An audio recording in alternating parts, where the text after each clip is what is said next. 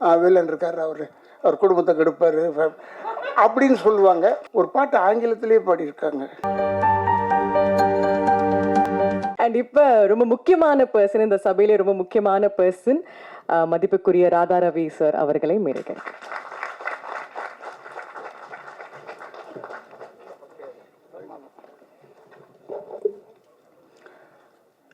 இங்கே கூடியிருக்கும் என் குடும்பத்தை சேர்ந்தவர்களே, மேடையில் அமர்ந்திருக்கும் பெரியவர்களுக்கும், இயக்குனர் அவர்களுக்கும், மேலுள்ள நடிகர்களுக்கும், தொழில்நுட்ப கலைஞர்களுக்கும், பத்திரிகையாளர் அன்பர்களுக்கும், என்னை ஞாபகப்படுத்தி கொண்டிருக்கிற யூடியூப்பை சேர்ந்த அன்பு சகோதரர்களுக்கும், மேலும் உள்ள அத்தனை நல்லுள்ளங்களுக்கும், இந்த இடத்தை அளித்திருக்கும் நிர்வாகத்திற்கும் என்னுடைய வணக்கங்களை சொல்லி, நான் சொன்னேன் அவர்கிட்ட, ஏன்னா சீக்கிரமாக நான் பேசணுங்க, நான் போனால் தான், ஏன்னா இப்போ டேப்லெட்டில் சாப்பிட்டுட்டு படுத்தால் தான் படுக்க முடியும் என்னால். எனக்கு 2 கால்லையுமே ஆப்ரேஷன் ஆகி நான் 2 வருஷம் பெட்டில் இருந்தேன். அப்புறமா இப்போ தான் நடக்க வந்துட்டேன்னு வச்சுக்கோங்க.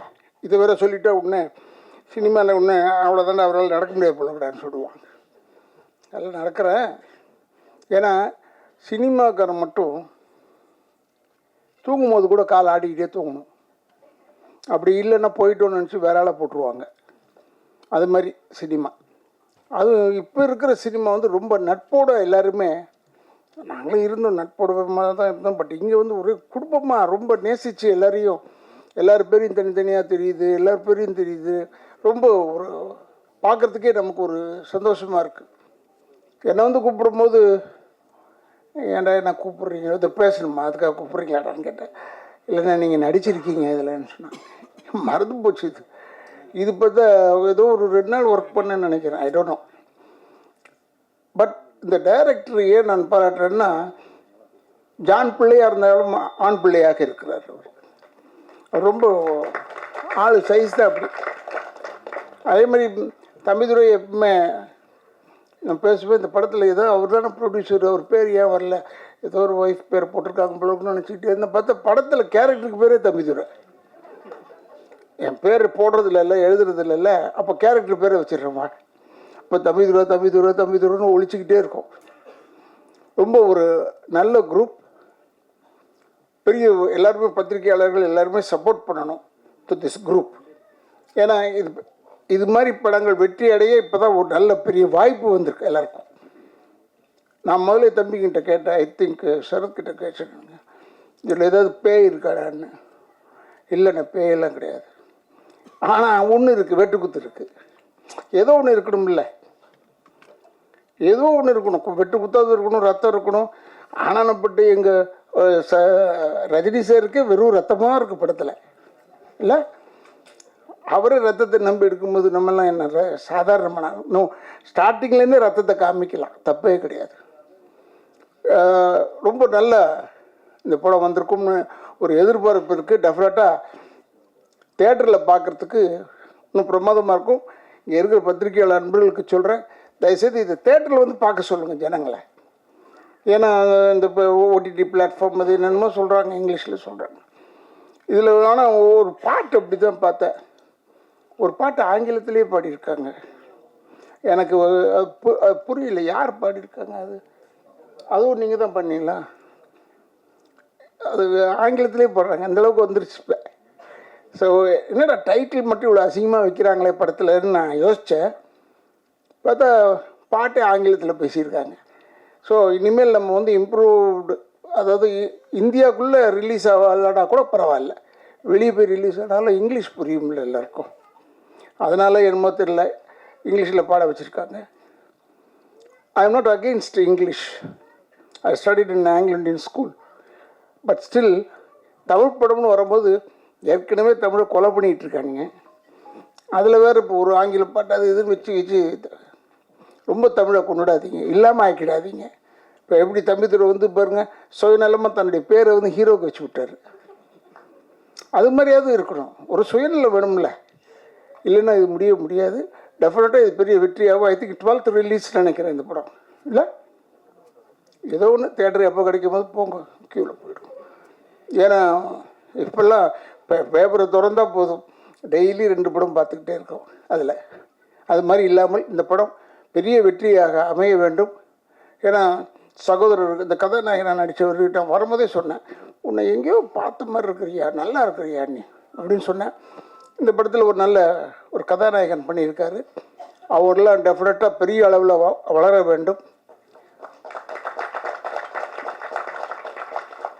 இப்போ தீனாக்கு போய் இதை சொல்லக்கூடாது, தீனா நீ வளரணும், நல்லா வளர்ந்துட்டான் இப்போ, இல்லை நல்லா ஆகிட்டான். முதல்ல அவன் முகத்தை பார்த்த உடனே நினச்சேன், இது நல்ல படம், இது வந்து வெறும் குத்துக்கோலையாக தான் இருக்கும், ஏன்னா இவன் நடிக்கிறான் இதில் அப்படின்னு யோசனை பண்ணிகிட்டு இருந்தேன். அதே மாதிரி வந்துருச்சு.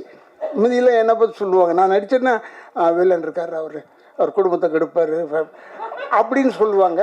ஆனால் இப்போ இவரை பற்றி குடும்பத்தெல்லாம் கெடுக்கிறது இல்லை, குடும்பத்தை கொலை பண்ணிவிடுவார், அவ்வளோதான். இதான் வித்தியாசம் எங்களுக்கு வந்து எனக்கும். பட் ஸ்டில் இவர் கூட இப்போ வில்லனாக பண்ணியிருக்காரு. அவர் உண்மையிலேயே எனக்கு ரொம்ப பிடிக்கும்.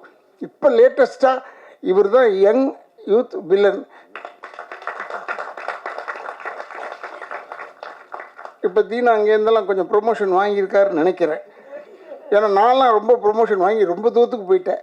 நான்லாம் இப்போ ஆர்டர் பண்ணுறதோடு சரி, போய் அவ்வளோ கொலை பண்ணு, இந்த குடும்பத்தை கெடு அப்படின்னு ஆகிட்டேன். ஏன்னா நம்மளால் முடியல. இன்னும் கொஞ்சம் தீனா இருக்கார் போல இருக்குது, இன்னும் கொஞ்சம் போய் அவரே போய் கொள்கிற அளவில் இருக்காருன்னு நினைக்கிறேன். But any I really appreciate. நம்ம ஏன்னா சில பேர் முகத்தை பார்க்கும்போது நல்ல விஷயத்துக்கு கூப்பிட மாட்டாங்க பொதுவாகவே. ஏன்னா அச்சமில்லை படம் பண்ணும்போது டைரக்டருக்கு கேபி சார்கிட்ட போய் நான் எப்பயுமே அட்வான்ஸ் வாங்குறது அவர்கிட்ட வாங்குவேன். படம் தர மாட்டாங்க, இருந்தால் கூட அவர்கிட்ட தான் போய் வாங்குவேன். சண்டை போட்டாவது வாங்கிடுவேன். அது ஒரு எனக்கு ஒரு ப்ராக்டிஸ். நான் ஃபஸ்ட்டு படம் மண்மொழியிலேருந்து அவரோட ஒர்க் பண்ணிகிட்ருக்கேன். அப்போ அவர்கிட்ட போய் கேட்டேன் நான், இதப்பா இதை வச்சுக்கப்பா, ஸோ இதெல்லாம் தொல்லைங்க, செல் அரிச்சிடுது நம்மளை விட மாட்டேது. அப்போ பாலச்சந்திர சார்கிட்ட போய் தான் எப்போயும் ஃபஸ்ட்டு படம் வாங்குறது எனக்கு. அது ஒரு பழக்கம், அவர் இருக்கிற வரைக்கும் அப்படி தான் இருந்தேன். அப்போ நான் எதுக்கு சொல்ல வந்தேன்னா, இவங்க எல்லாருமே சேர்ந்தாலும் சரி அந்த படத்தை பற்றி ஆகா ஓஹோ ஓஹோ ஓஹோன்னு சொல்லுவாங்க. இந்த படத்தை இப்போவே ட்ரெய்லரில் பார்த்தாலே ஆகா ஓஹோன்னு சொல்லும் மாதிரி தான் இருக்குது. ஆனால் நிச்சயமாக இந்த படம் நன்றாக ஓட வேண்டும். தமிழ் மக்கள் தயவுசெய்து தேட்டரில் வந்து இந்த படத்தை பாருங்கள்.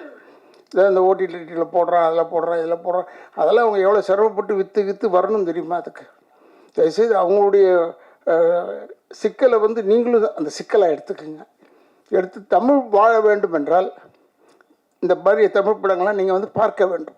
தேட்டரில் வந்து பார்த்தீங்கன்னா போதும், அதுவாக ஓடிடும் கழுதை. போய் பார்த்தா பெரிய படம்லாம் போய் பார்த்தேன் நான்.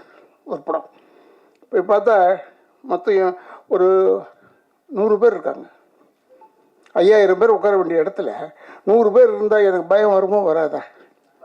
ஐயோ நம்ம மட்டும் தனியாக உட்காந்துருக்குமே இந்த பக்கம்னு நினச்சேன். அப்படிலாம் இல்லாமல் நீங்கள் இந்த படத்தை வந்து தேட்டரில் வந்து பாருங்கள், பெரிய வெற்றி அடைய வேண்டும் என்று எல்லாரையுமே வாழ்த்துறேன். எனக்கு பேர் வந்து ஒருவேளை உதட்டளவில் மறந்திருக்கலாம், உள்ளத்தளவில் மறக்கவில்லை என்று சொல்லி விடைபெறுகிறேன். நன்றி, வணக்கம்.